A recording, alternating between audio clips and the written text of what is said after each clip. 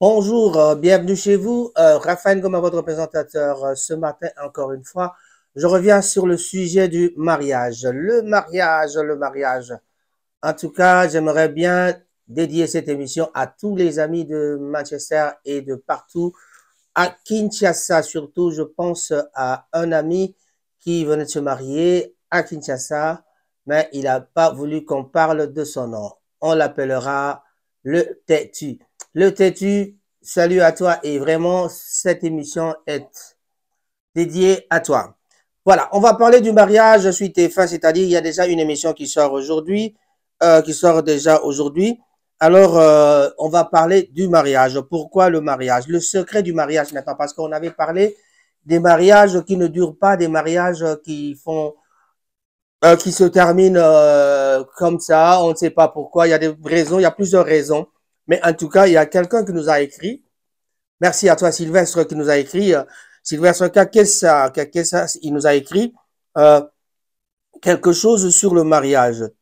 Donc, le secret, c'est quoi? Tout le monde que vous épousez a une faiblesse. Seul Dieu n'a pas de faiblesse. Donc, si vous vous concentrez sur la faiblesse de votre conjoint, vous ne pouvez pas tirer le meilleur parti de sa force. Ça, c'est le premier secret. Tout le monde a une histoire sombre. Personne n'est un ange.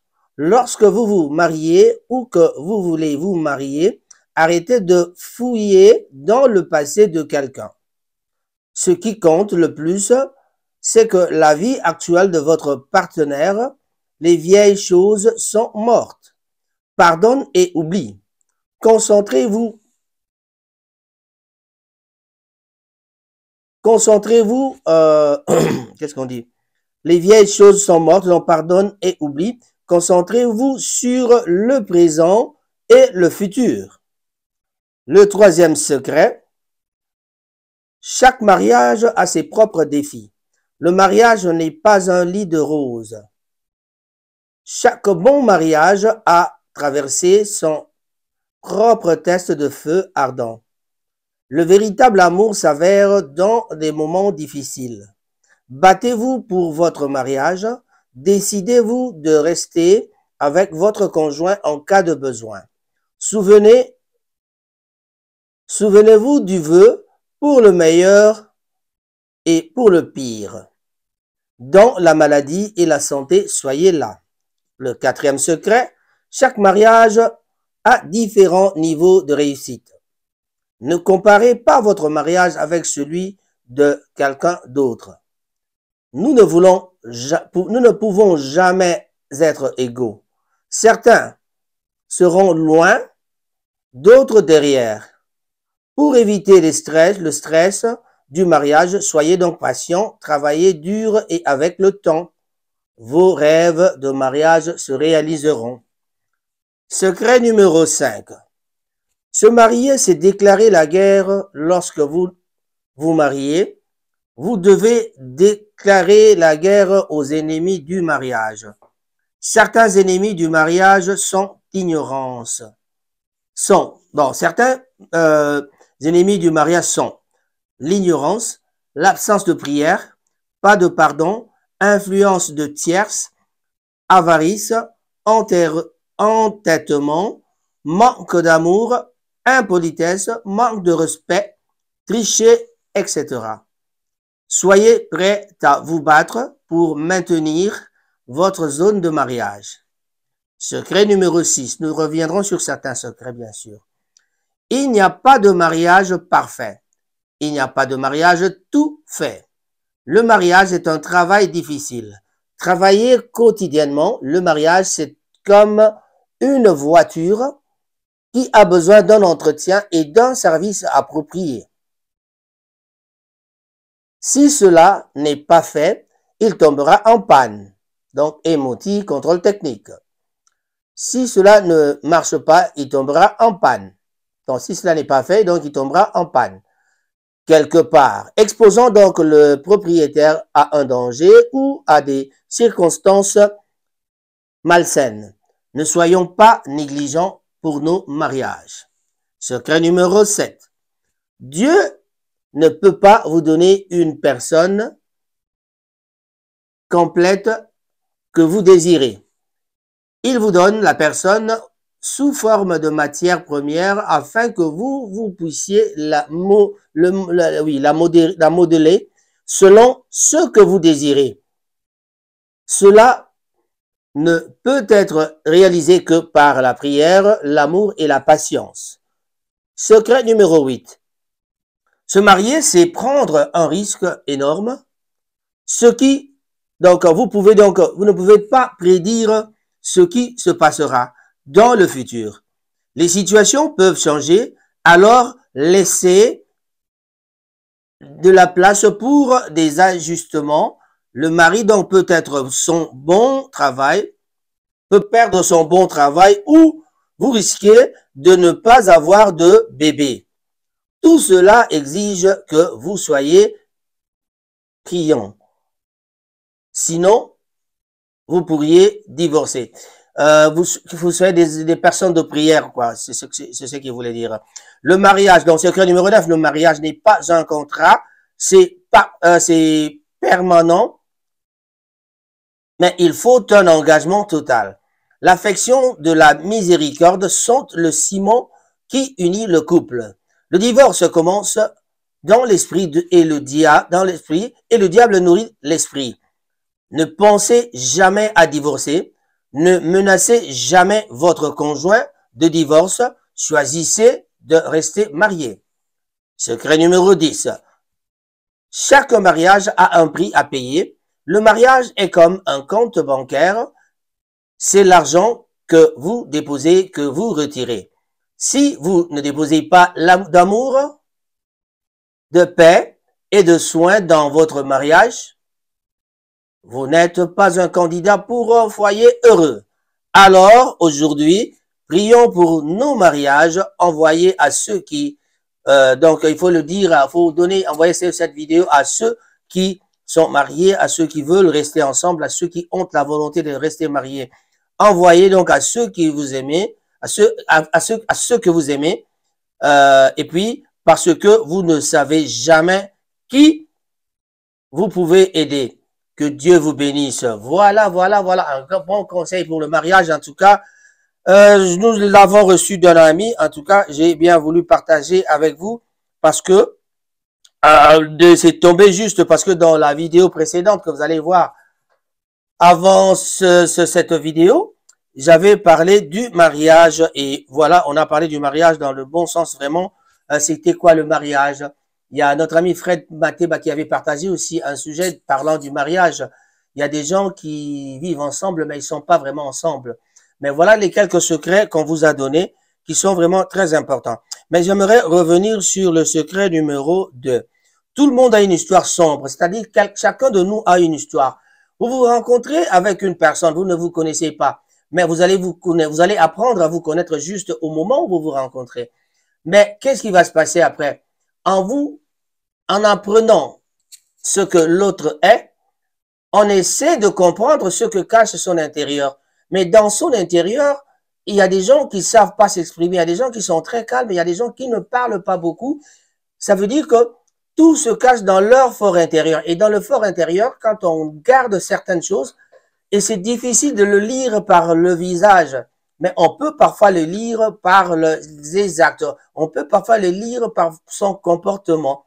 Alors, il faut regarder le comportement de votre épouse pour savoir comprendre qui elle est, qu'est-ce qu'elle veut, qu'est-ce qu'elle a, tout et tout comprendre, ce n'est pas du tout facile. Donc, il faut d'abord commencer par enterrer. Parce que quand on se rencontre, normalement, voilà l'erreur parfois, qu'on fait des erreurs. Quand on se rencontre partout. On peut se rencontrer partout, dans un bar, dans une église, dans la maison d'un copain, dans la maison d'un membre de famille. Donc, partout. Dans la rue, dans un café, dans une boîte. Mais, qu'est-ce qui arrive? Peut-être on se contente du plaisir on se contente du physique souvent. Parce que quand on voit une femme, on dit, oh, qu'elle est belle. Ah, j'aimerais la voir près de moi. Parce que c'est d'abord la beauté physique. C'est le physique, la forme. Dieu créa la femme à sa façon.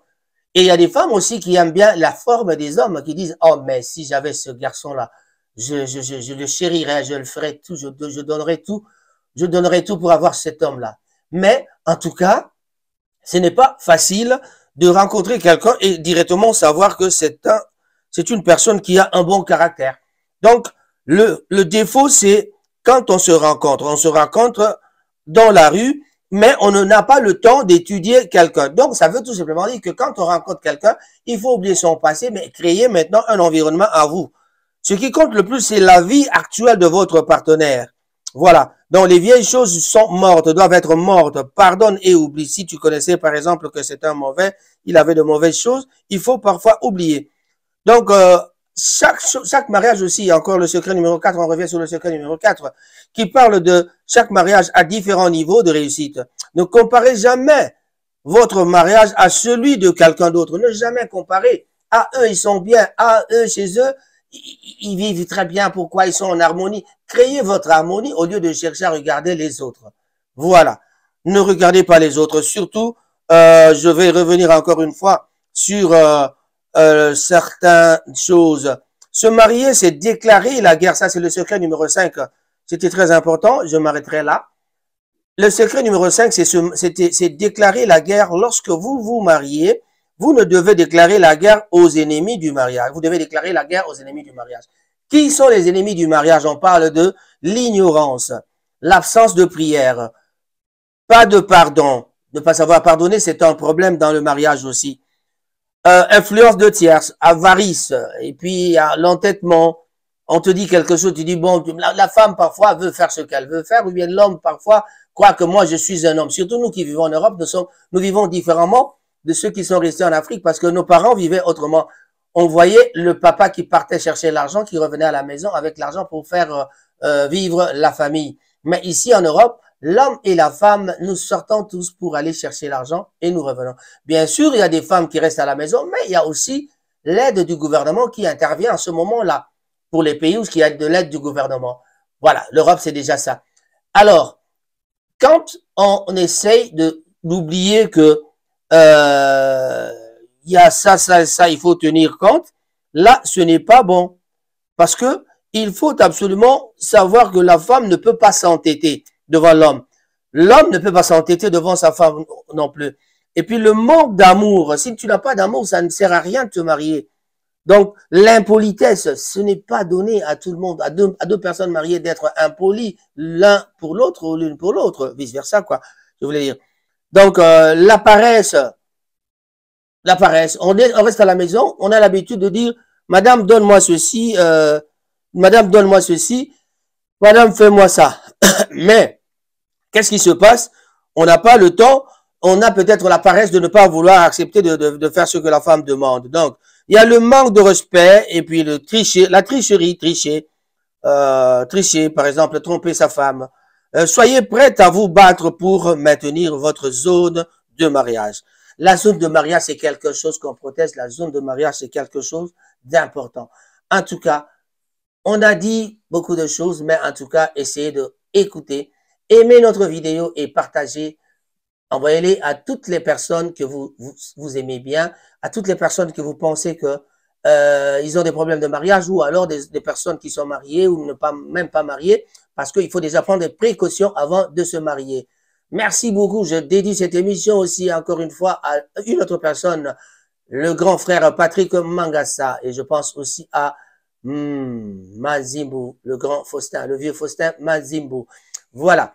DiCaprio à Salford, un grand bonjour à toi et madame aussi. Voilà, je ne peux pas oublier Géraldine Tawaba, j'allais dire Werason. Ah voilà, Gérasson, bon, Werason aussi, je lui dis bonjour, c'est mon petit frère aussi.